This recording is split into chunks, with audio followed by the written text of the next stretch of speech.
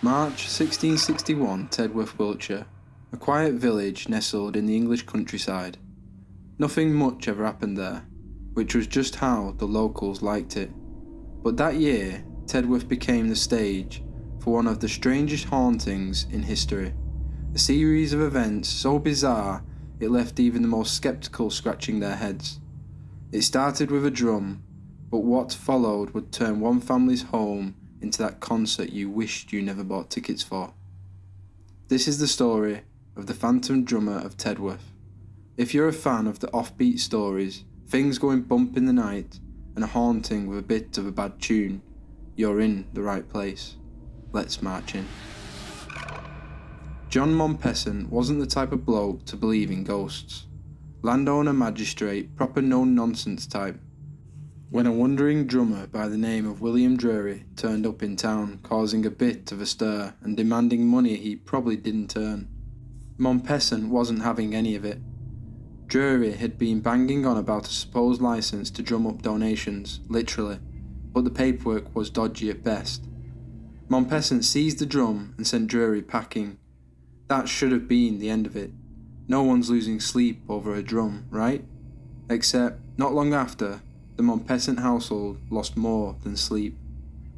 It was a late night and the Mompesson family were just settling in. The house was quiet as it gets in the 1600s, with only the occasional creak of wood or wind brushing the windows. Then, out of nowhere, came the sound. A rhythmic thudding, faint at first, like someone drumming in the distance. Maybe a neighbour practicing, Mompesson thought. But as the nights went on, the drumming didn't stop. In fact, it got louder. It wasn't long before the sound moved inside. That's when things got interesting. And by interesting, I mean, thank God I wasn't there. The noise was relentless. Thudding, tapping, banging. It started in the walls and then moved to the ceiling. At one point it seemed to come from under the beds. The kind of noise that makes you feel like your house is alive, and not in the fun Disney Encanto way. The family lit candles, checked every corner of the house, even outside in the freezing dark, no sign of anything, or anyone. But the drum beats, they carried on, steady as ever. What's worse, it wasn't just noise. Furniture started shifting on its own. Chairs scraped across the floor, cupboards rattled, and one night a new sound filled the room, a deep, scraping noise. It was a heavy chest, the kind of chest you'd keep your most valuable possessions in, dragging itself across the room with no one near it. Imagine waking up to that. A huge object that you see every day sat perfectly still, and then it's waking you up as it's grinding across the wooden floors towards you, with nobody else in sight. I'd have been out the door faster than you could say beat it. If you think it couldn't get any worse, you're very wrong. The entity, or whatever it was, seemed to take a special interest in the Mompesson kids. Their beds shook violently, and their blankets were pulled off while they slept. One of the children screamed in the middle of the night, waking the entire house. When they burst into the room, the child was sitting up, pale and trembling, pointing at the foot of the bed. He was there, they whispered. The man with no face. A silhouette of a man just standing, watching. No one else saw the figure, but the child's fear was real. Servants began refusing to enter the room, and the family was left with no choice but to keep watch through the night. Mompesson was at his wit's end. He called in neighbours, clergy, anyone who might help, but the disturbances didn't stop. In fact, they seemed to get stronger, like the thing was feeding off the fear. It didn't take long for Mompesson to connect the dots. The drumming started shortly after he confiscated Drury's drum.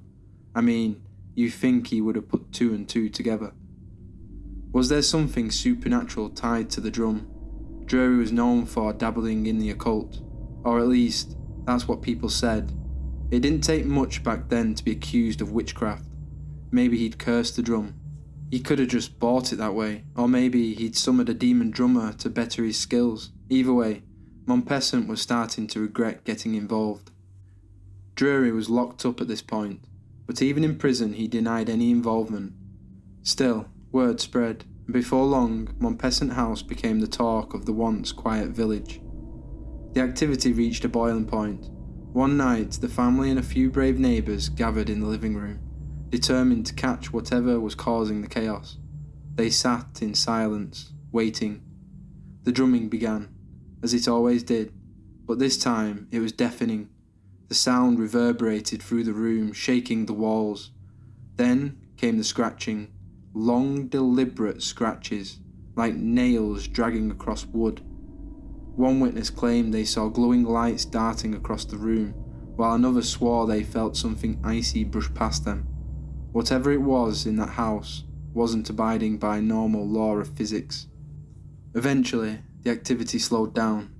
The drumming became less frequent, the disturbances less violent. Some say it stopped when Drury was moved to another prison, while others believe the Montpesant family simply learned to live with it. The story doesn't have a tidy crescendo, which somehow makes it worse. Was it a curse, a haunting, or just a particularly persistent prankster that was an ancestor to Phil Collins? What's certain is that the Phantom Drummer of Tedworth left a mark, not just on the Montpesant family, but to most who hear the story. So what do you think? Ghostly revenge or just a string of coincidences? Whatever it was, it turned a quiet Wiltshire home into the setting for one of the creepiest stories in the 17th century. Let me know your theories in the comments, and I'll see you in the next one. Just remember, if you ever hear a drumming in the night, it might be more than just your neighbours making a racket.